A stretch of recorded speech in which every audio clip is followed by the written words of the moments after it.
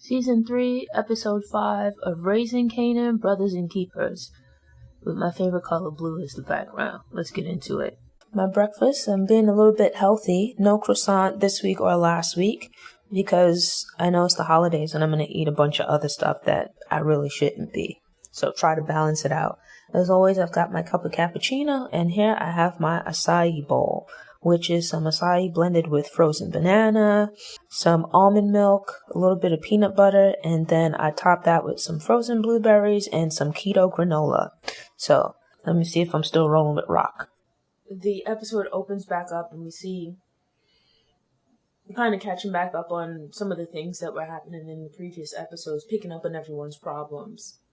The chief issues being Ronnie and Unique, the tension between them, the tension between Kanan and RAQ, and then also it still feels like early days, but the problems that we can already tell are going to be brewing between RAQ and these two police officers. With Ronnie and Unique, again, the source of the problem is Ronnie not being willing to take instruction from Unique. Like I said, viewing Unique as his little brother, viewing their situation and how things stand through the lens of where things stood however many years before he went to jail. I think, 3 years or something like that? Where from the time he got out, first of all, he popped up at the house. We come to understand that he got out through what sounds like a twist of fate. Details of how exactly he was released still seems a little bit fishy. And along the way, there's been little hints dropped that would seem to indicate that there might be a little bit more to Ronnie's story that he's not sharing with regards to his early release. Fine, that's one thing down.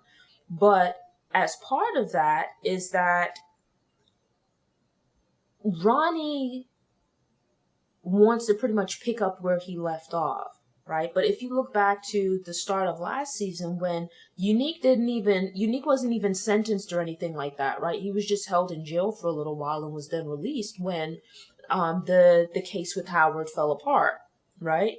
So even with that bit of time that he did in jail, which wasn't like years or anything like that, it sounds like it might have been maybe a few months or something.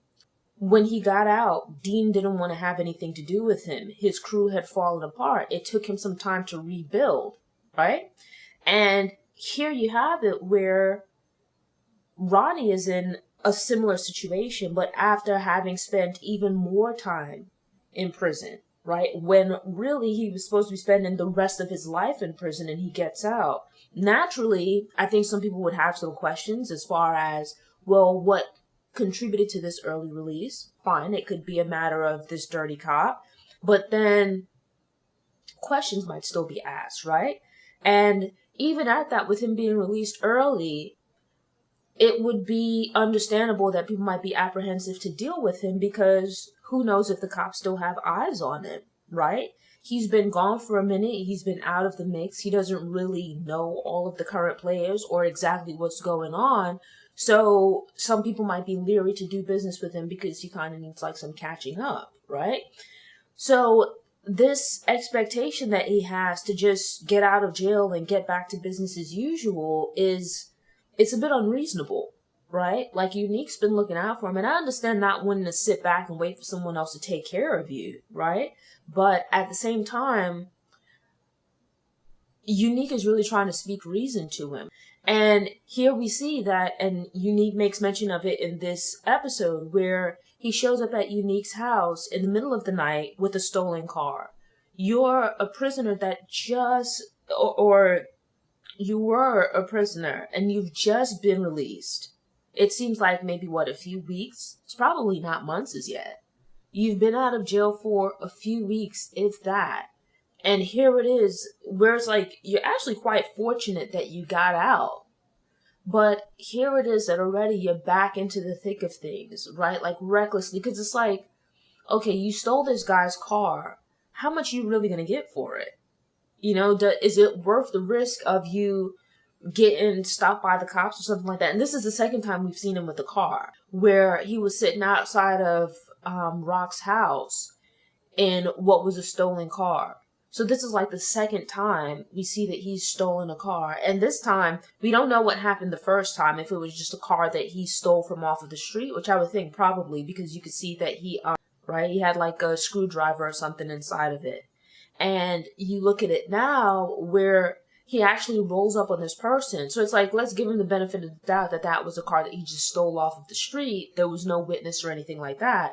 But here you have it where he actually like pulls, I think it was that he pulled a gun on the guy, right? This is someone that's now a witness. Fortunately, he didn't kill him, but this is like a second time that he's stealing a car. And at that, he steals this car and he looks like he drives straight to Unique's house, parking outside, parking out front.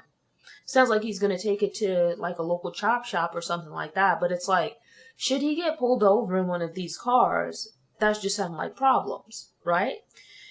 It's just impatience, not fully thinking things through can be very problematic for him. It's like you look at it and it's still early days in getting to know Ronnie, but he seems like he's calm and collected and whatnot, but he makes very impulsive, emotional decisions, right? He doesn't seem like he thinks things fully through. He acts off of emotion and he does things that are probably gratifying in the moment, but not the best idea in the long term. You look at it and with that we can see, it sounds like he no longer wants to stay at Unique's place either, right? But it's this continuation of tension brewing between Unique and Ronnie. Like the two of them, it's like, that Lauryn Hill line where it's like, two MCs can't occupy the same space at the same time. These two hustlers, these two alphas, they can't be in the same space because Unique seems like he's not that threatened or looking to, overpower Ronnie or anything like that. But Ronnie looks like the only way he can coexist with anyone else is that he has to be top dog, and that's not going to work out. And moving on from that, you then look at Kanan and his hustling, right? As well as this tension, this continued tension between him and RAQ, where it's like, he's back home, yes, but for all intents and purposes, him and RAQ are still on the outs, right? And he's continuing on his weed delivery business with Famous running it, which just sounds like an absolute recipe for disaster, right? Like he's not in the house there, Famous is handling things, and it sounds like he's calling in, giving orders and whatnot. But from what we've seen already, Kanan is a can't get right, and Famous is even worse. So it's like, in the midst of all of this stuff going on, with the cops and the feds milling about, with Ronnie now milling about, it just seems like it would attract quite a bit of unwanted attention.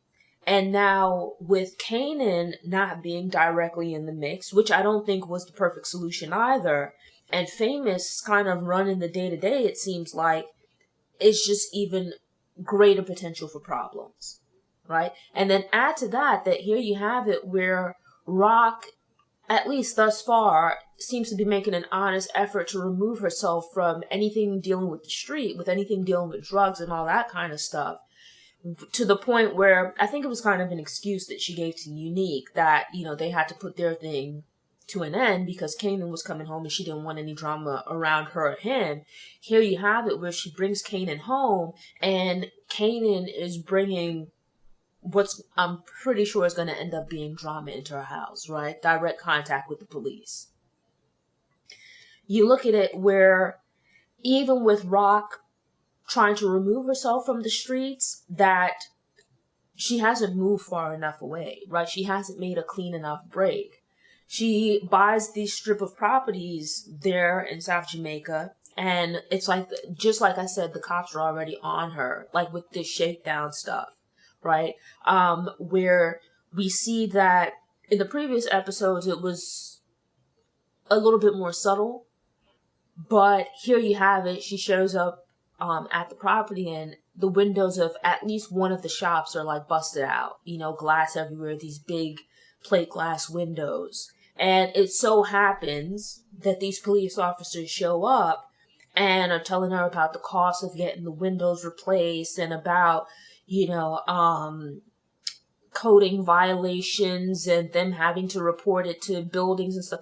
That's not anything that the police should have to deal with, right? That's none of their business. They're not like code enforcement, right? But it goes back to, if you think to when RAQ was signing the paperwork and the broker, let her know that, hey, just giving you a heads up, given that you haven't gotten your own broker, you're using the seller's agent, that you're buying the property as is, and should there be any problems, you're going to be liable for them. My feeling is that RAQ has bought these properties, but they're going to end up being a headache. Number one, through the police officers trying to shake her down, and for what's basically protection money, like that old racket. But then secondly, I'm sure she's going to get in there and there's probably going to be some problems with the physical space, be that coding stuff, things that aren't up to par, or other problems that are just going to crop up along the way. So remains to be seen. But already you can see problems brewing. And my thing is, I think it's a good thing that RAQ is trying to turn over a new leaf. How long that lasts for, I can't really say thus far. But I'm wondering, it's going to be interesting to see that now with her trying to remove herself from the streets, trying to get away from this thing of solving her problems by basically killing people, how's she going to deal with this problem of these police officers? On a positive note, we see Marvin, this new and improved Marvin, using his head here, right? Using his connections to help out Jukebox. I thought it was a really nice thing where you've seen him encouraging her with her singing now. Like, he's turned a new leaf with that regard. If you think back to him kind of being negative about it during the first season. But now he's been encouraging her. He went with her to her audition. He was there cheering her on when she was recording with, or practicing with Lou for the audition. We now see that he's meeting with, it's like it's so many character names, I'm having a hard time keeping track of them. The guy that he met at the anger management class and then reconnected with this season, who works with the Village Voice. That, if you're unfamiliar, like the Village Voice, it's a newspaper that's distributed primarily in Manhattan, especially down in Greenwich Village, where with this being the early 90s, it was sort of like and for quite some time, some decades earlier, it was like the place, the creative place in New York City, right? So it's a neighborhood where a lot of musicians kind of got their first breaks and would go on to become quite notable and generate notoriety in their own right. So the Village Voice would cover a lot of that up and coming talent, cover a lot of the events and things taking place in the neighborhood. So him meeting this guy could actually be a very positive thing. We see him here speaking to the guy from The Voice about possibly doing a story on Jukebox, Now, how that shakes out remains to be seen, but it could be a really big look, right? Like a really good look for Jukebox in this group. As, it's like early press and stuff like that. Again, this is now the second time that we've seen, as a result of this new and improved Marvin, helping other people out. The last season it was the guy in the wheelchair, helping him onto the elevator. And we see how that came back to assist him, really to save his life at the end of the season. And him and that guy are now friends, right? Where when Lou's unavailable, he has him filling in. And now we see with this guy from The Voice where, him and Marvin initially butted heads, but, developed a bit of a friendship. And then just a few episodes ago, Marvin was there for him when it looked like he relapsed. It presents an opportunity for him to possibly help Marvin by way of, to help Jukebox by way of Marvin. So this thing of Marvin turning over a new leaf and trying to do good, of bringing about positive changes in his life, or bringing him into contact with people that ultimately end up helping him out and, being a saving grace in some sense. Now, I will say, and I forgot to touch on this last episode, I have some apprehension about this lady who seems to be the manager of Jukebox's new group. I didn't like the way that she spoke to them.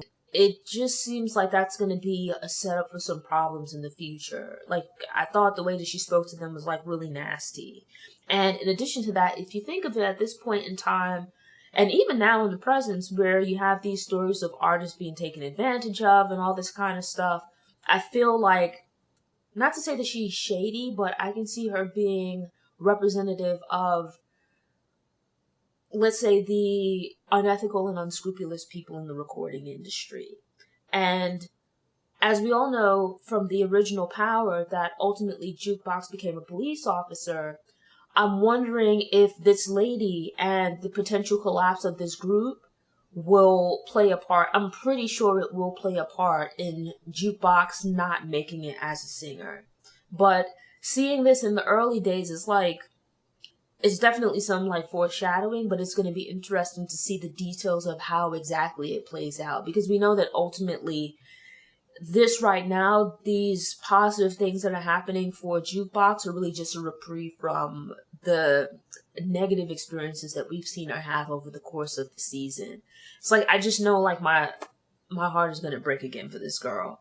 And so I'm just trying to be patient to see, and actually not so much trying to be patient, but I've been enjoying, might not be the word, but watching the progression in the development of Jukebox. Thanks for tuning in. To ensure you don't miss any episodes,